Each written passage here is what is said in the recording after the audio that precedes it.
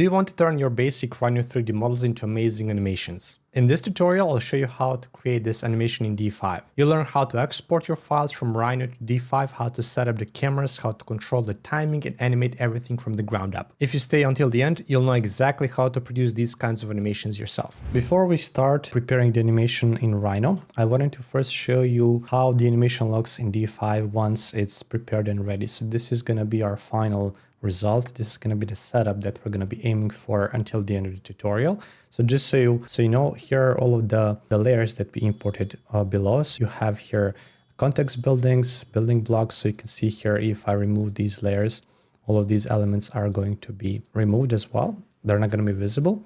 And our idea is that we want to import those elements based on the type of animation we want to do. So as you can see from the intro, we didn't animate the blocks and the buildings. We only animated our main structure. And the reason why we animated only the building is because the animation looked more dynamic that way. So now I'm going to show you what else we have in the file. If you go here, when you click here on the video, this is where you'll have all of these clips open up on the left side.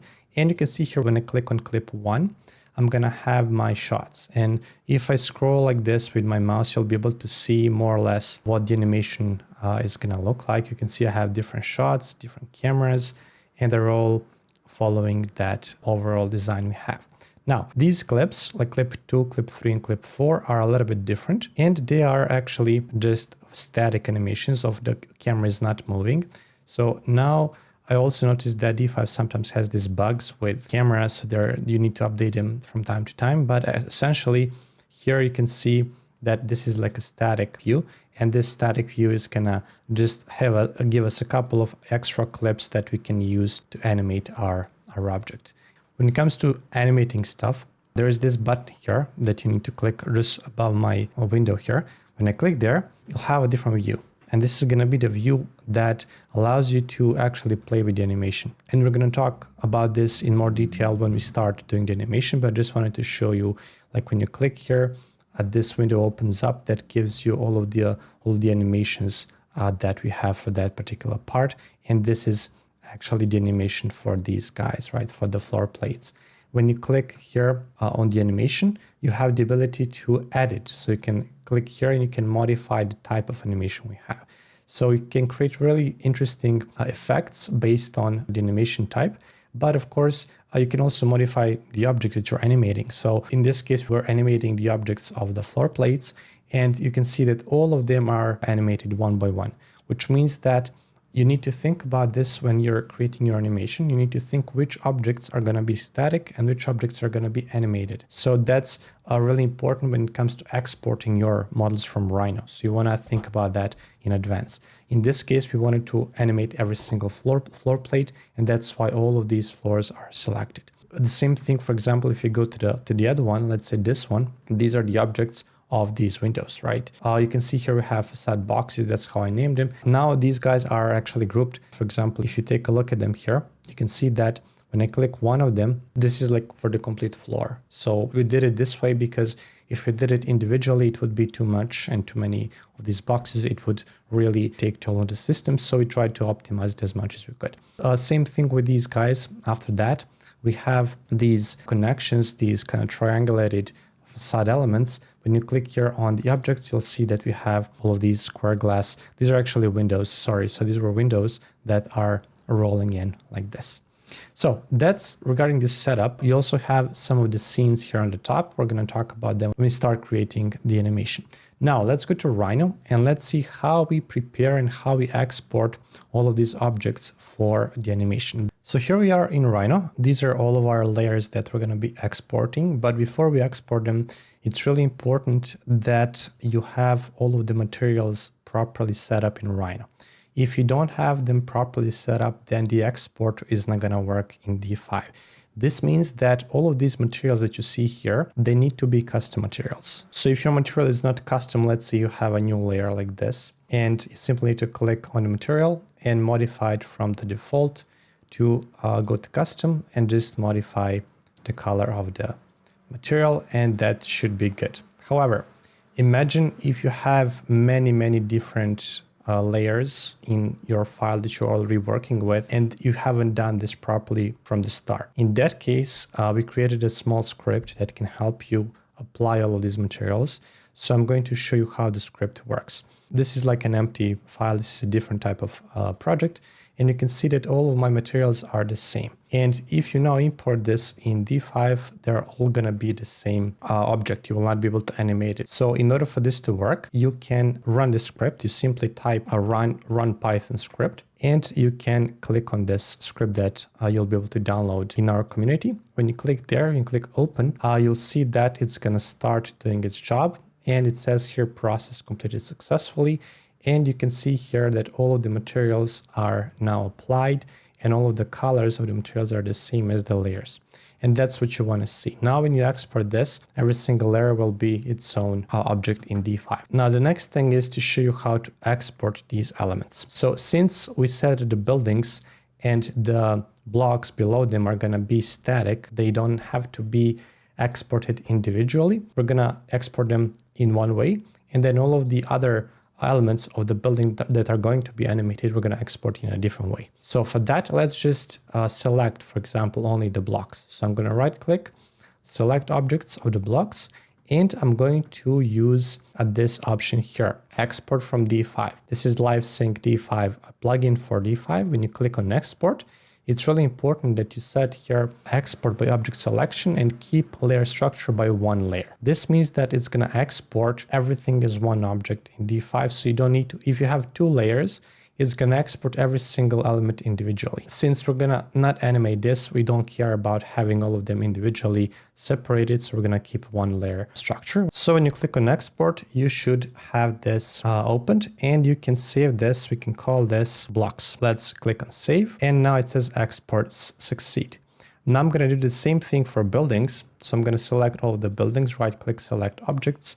And I'm going to do the same process, export by object selection, one layer, and I'm going to call this buildings. Now let's go to D5 to see what we did.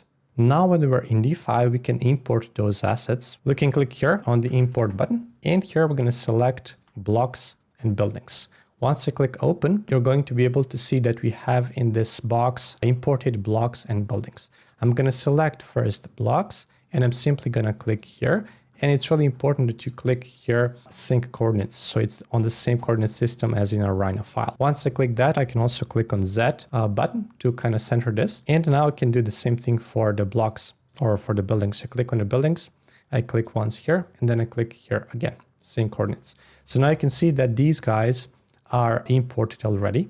And when I open this layer, you just see that we have one layer below. But imagine if we exported this with these other settings. So if we did the export with two layers, that means that we would have all of these individual buildings lined up here. Since we're not going to animate this part, that's why we chose this type of export. Okay, now let's export all of the materials for the animation. So in this case, we have triangular frames, then we have triangular glass, then we have the floors, here they are, these guys. Then we have square glass floor height. Then we have facade boxes, these guys. That's what we're going to be animating. And you can see here that they're divided by the group. They're like one big poly surface. And that's how you want this to animate if you don't want to animate every single frame. In this case, we're animating them by floors. And then in this one, triangular frames, we're animating them also by sections, as you can see. So it's not too much on the system. This one, same story. We also animate them by sections. And facade boxes, they are again by sections. And then we have these glasses, which are also connected as one big floor height, right? And then the floors themselves, we animate them with like one by one. So that's the only place where we animate all of them together. You can see here that I have two exports. I have floors and I have floors V3. I was thinking of animating them together in groups, but then I decided to actually do them all one by one. And that's what we're going to be doing here. I'm just going to export one of these to show you how to export it. And then you can repeat the same process for all of them so we don't lose the time here. So to export, for example, the floors, all we need to do is actually click, select the floors, select objects. And you can see here we have 60 poly surfaces added to selection. And from here we go again on the export settings, export by object selection, but this time we export with 2 layers. We keep the layer structure, we do 2 layers, and I'm gonna call this floor plates. I'm gonna click save, and now this is going to export, and now I'm going to repeat the same process for all of them, for all of these guys, right? And just to show you what we're gonna be getting, if we click here on the import, and if we click on the floor plates, you're gonna see when I click on open, that I'm gonna be able to simply click here. I click here once again, and then I click on sync coordinates, and you have all of those floor plates imported. And the good thing is that when you open them up now here, you'll see that we have like 2 layers. So one layer is like floors, and the second one are all individual pieces. So now we can actually animate all of these elements. So that was the goal. And now I'm simply gonna import all of them, and we're gonna go from there. So this is how it all looks once it's imported. Obviously, we don't have any materials, but before we apply the materials, one more thing we need to add. We need to go back to our file, and there is a file called street that is a little bit bigger. So I included this surface as well. So I'm going to also export it, and this is simply going to give us a bit more space when we export our model. So I'm going to bring it in, and this is going to help us to position this element here, and then we're going to have a blank canvas to work with, right?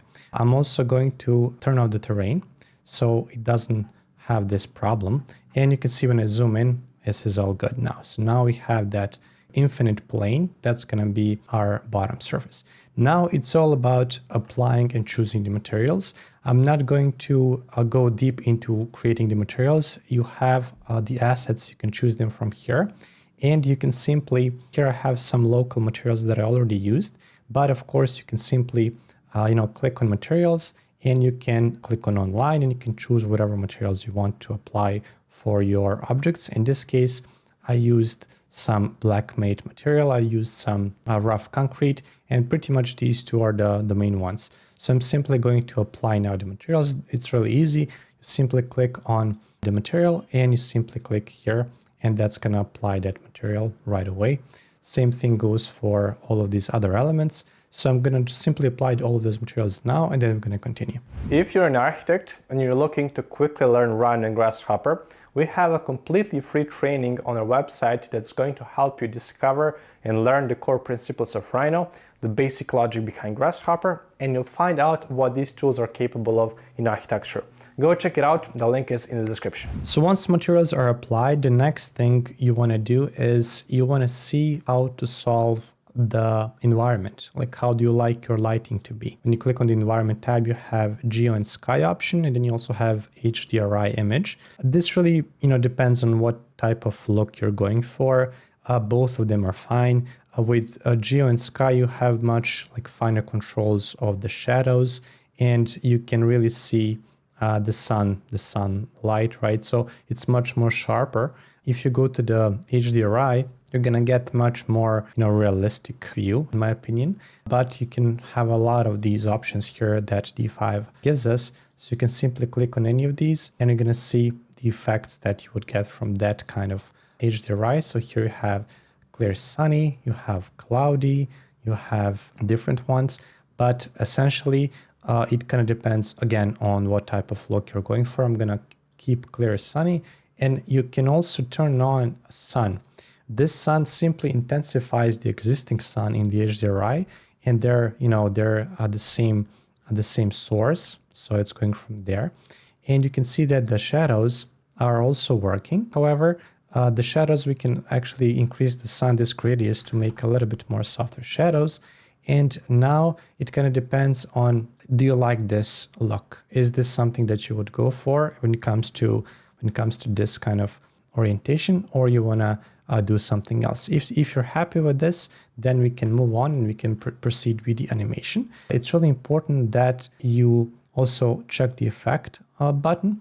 And when you do the effect, you can turn off auto exposure, because that would give you more control. And you can now see without the auto exposure how you want your scene to be lit, right? So here you can see I'm gonna manually kind of modify this to see, what my final look is going to look like. You see, I can increase the contrast here a little bit.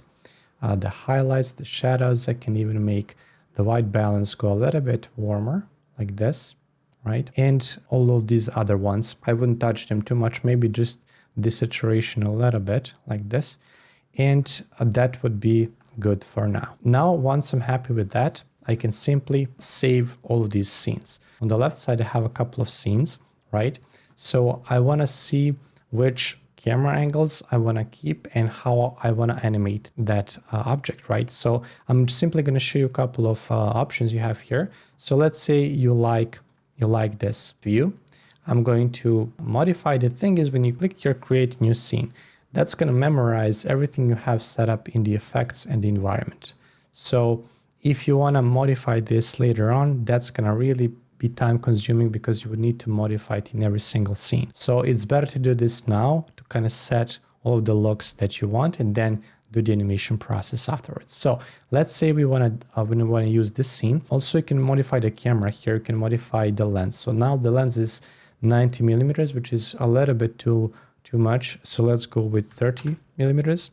And I'm going to zoom out a little bit. And that's going to be something I would go for, right? So let's say this is my scene. I'm going to simply click create new scene.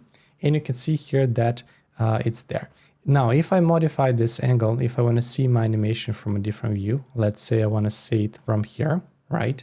So I can simply, again, go here and I can create a new scene. One additional thing I wanted to show you here is that you can also use 2-point perspective if you want to straighten out these guys. This is usually something we do in architecture. So you can do it here and you can click this, add as a new scene, add scene, right?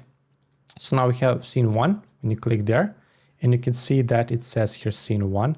The viewport camera is saved from before. And then when you double click here, that's going to take you to scene 2, right? And then you can see here that the new 2-point perspective is saved. Now, you can save as many scenes as you want. That's up to you.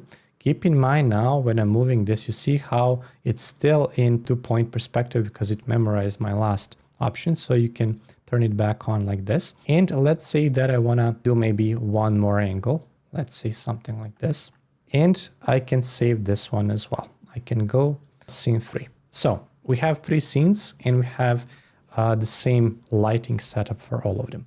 Now, how do we animate this? Okay, so now let's animate first the floors. That's the first thing we're going to do. I'm going to hide actually the blocks and I'm going to hide the buildings. And I'm only going to see here my floors. So I'm going to get rid of all of them. I'm simply hiding them now. And you can see my floor plates here, right? Now, the next thing would be to go to this tab here that says video. And you need to go here under the template. And this is where you'll be able to see our animation types. We have drop, rise, ascend, descend. In this case, we're going to use ascend.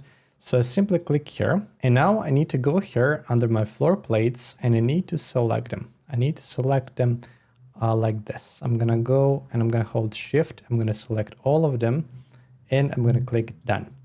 Now, the first thing is, let's see what we have here. We have on our timeline, we have 3-second animation. Let's increase that to maybe like 6 seconds. And let's see what happens. You see how they're appearing out of nowhere and they're kind of appearing randomly and they're growing up. That's because we need to modify how they are selected. So when you click there, you have this option here that says sort by object list. If you modify that, sort by world coordinate, and here you modify this to Z, then that's going to work nicely. So if I go like this, it's going to go from the bottom to the top. So that's what you want to select. That's the first thing. The second thing is, let's play this now. Let's just go play and you can see how they're appearing. And you can see if you like the speed, if you want to modify it, play with it and so on. Now, the next thing is when you click here on the ascend, you have a couple of different options. So you have this option to ease out, you have the option to do linear, and this is just the way that the animation appears, right? So that's how you control that. And you have, all of them are kind of similar, but it really depends on how you see how it's like edgy a little bit here. So it depends on if you want to have really clean effect. So I would either use, linear or as in. you have also the control of this custom element, right? So this is kind of giving you that jump. You see how like the animation is going forward, right? So when you click there, when you modify this number, you can see here how it's going to affect. Let's go like 0.1. And now let me show you this. See how it's very quickly going up and now it's just settling down, right? If you're putting it too much like this, then it's going to be very, very slow like this, right? So it really depends on the look you're going for. I usually put this somewhere around the default value. Number 10 here is going to allow you to see like how distant this effect is going to be. So usually this is more than enough, like 5 meters is fine. All right, now these other ones are pretty self-explanatory. So visibility, do you want this to be visible before the start? If you have it like this, then all of this is it's not gonna make much more sense, you know, just bringing it up. So that's why we don't want this. If you wanna have visible after the end, that also doesn't make much sense because, you know, it's just gonna disappear as it goes, right? So maybe if you're looking for this effect, you can use it, but in our case, that doesn't make sense. It needs to be visible after the end, right? Okay, so that's how we animated that part. And also you have rotate and bounce, and these are just effects showing you how they appear. And I think, again, this is not something we want to go for. Even if you rotate it very slightly, you're going to get these kind of effects. I mean, if you want to have more dynamic look, sure, you can go for that. But in our case, we're not going to do this rotation. Bounce is also kind of similar, just allows you to kind of have that additional bouncing effect. So yeah, now I'm going to do this for all of these other elements as well. And the way that this works, you simply click here once again. Now I'm going to go back here under the floors. I'm going to hide, actually I don't need to hide them. I can simply now animate something else. So I'm going to do these guys first. So they're going to be the second ones. Then we're going to have these panels. Then we're going to have frames. And then the last part are these glasses. So let's do the square glass boxes. They're going to be the next in our list. I'm going to go here and I'm also going to click on template and I'm going to choose again ascend. You can also play with these other options as well, but I've tested them all and for our animation this one works the best. When I click there, I simply need to select again all of the facade boxes like this. I click done.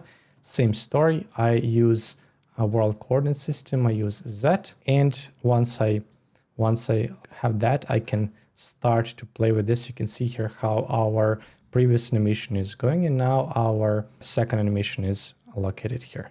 So now I can expand this. I can put this to, let's say, 5 seconds, and you can see here how we can connect them, right? So this is growing, and this is also starting to catch up, and that's how you get those nice effects.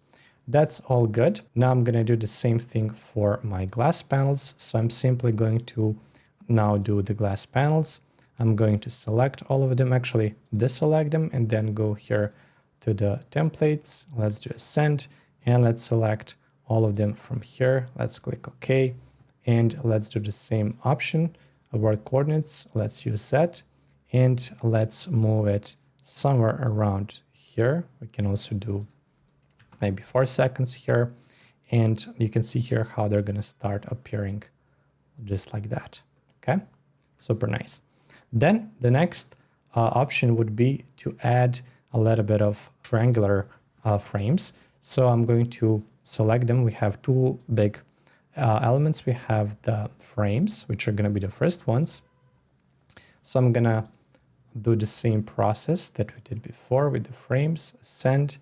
Let's select them from here to here. Click OK.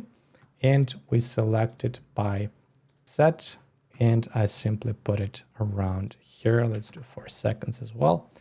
And I'm not gonna even watch it. I'm gonna do the last one. So the last one is this one. And we're going to repeat the process again. Ascend, and we click on these elements here. Done. And we choose the Z coordinate and we put it right there. Let's do 5 seconds. And now you can simply see what we are working with. So now these guys are starting, then the frames are coming up, and then slowly the glasses are catching up, and then you can also see all of these other elements popping into place. Now, the animation is almost done. Okay, now the last thing that I wanted to show you here is that you can have different shots, different angles, and this is how you do this. You'll see here that we have create shot option, right? So if you know that your whole animation is going to finish here, that's perfectly fine.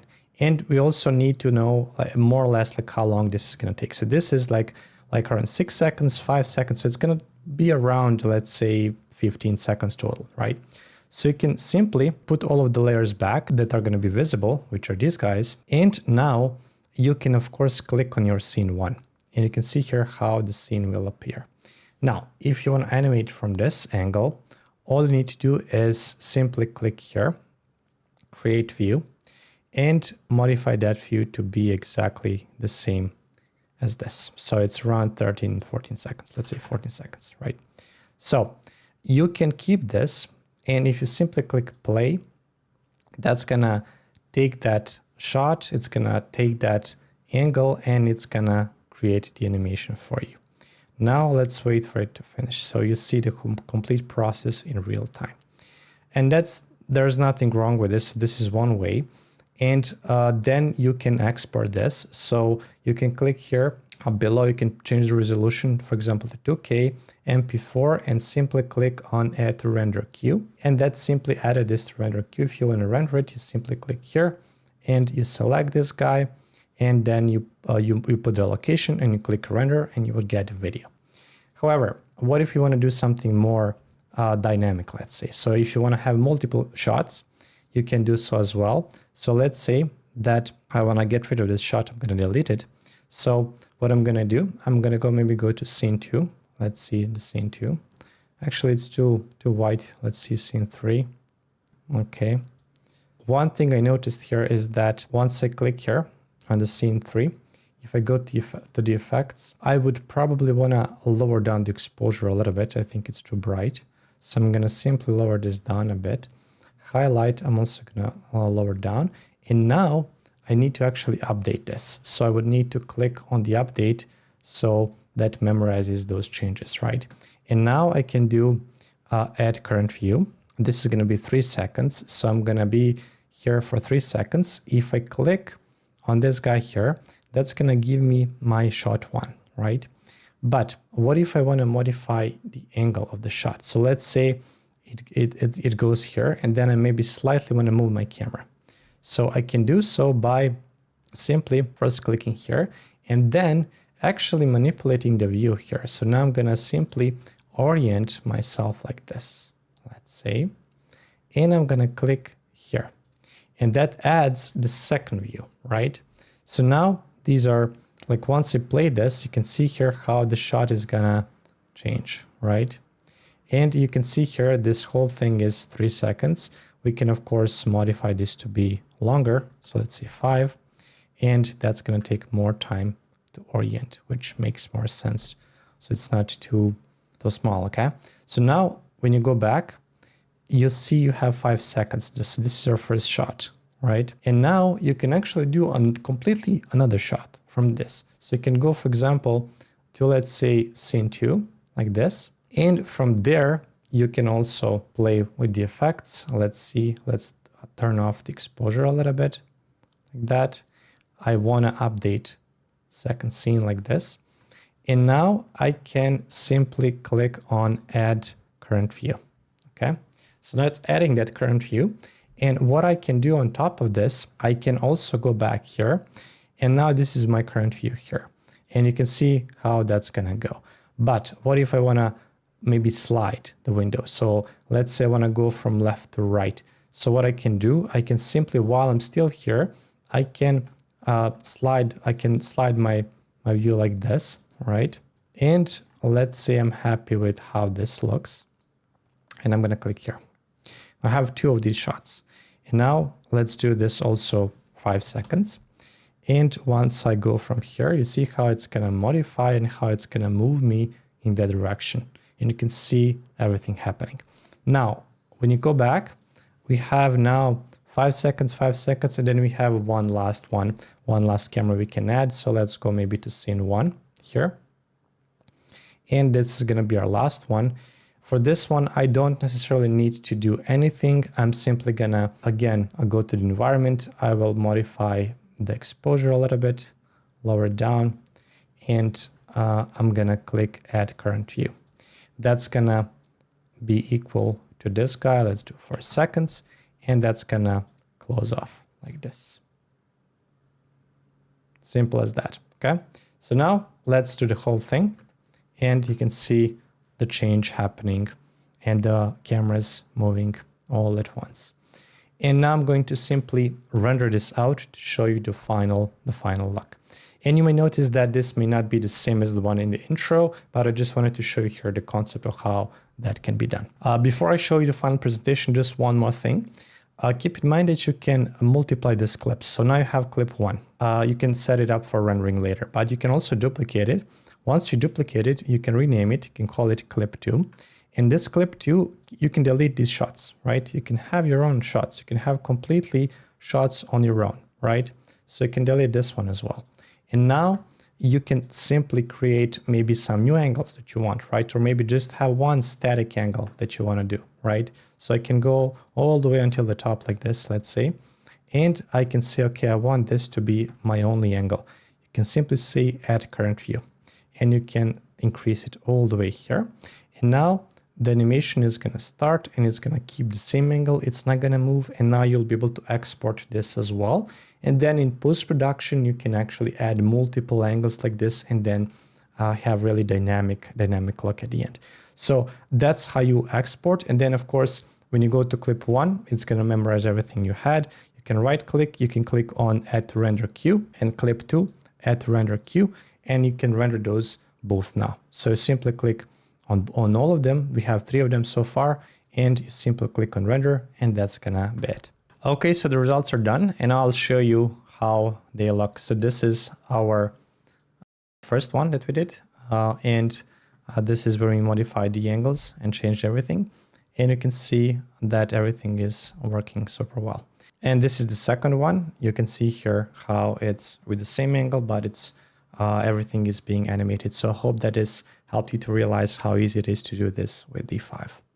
And one last thing, the script that I mentioned in this video is going to be located somewhere in our How to Run a community. Here we have around 15,000 members, so you're welcome to join and get a script. And also, if you want to learn more about D5 in depth, we had a workshop a couple of weeks ago in our How to Run a premium group that you can still get. And on this workshop, we actually talked about D5 in depth. We had a tutor, Andy, who was giving a lecture, and you can go through the whole process of using D5 architecture. So if that's something that you want to learn more about, check out the links in the description.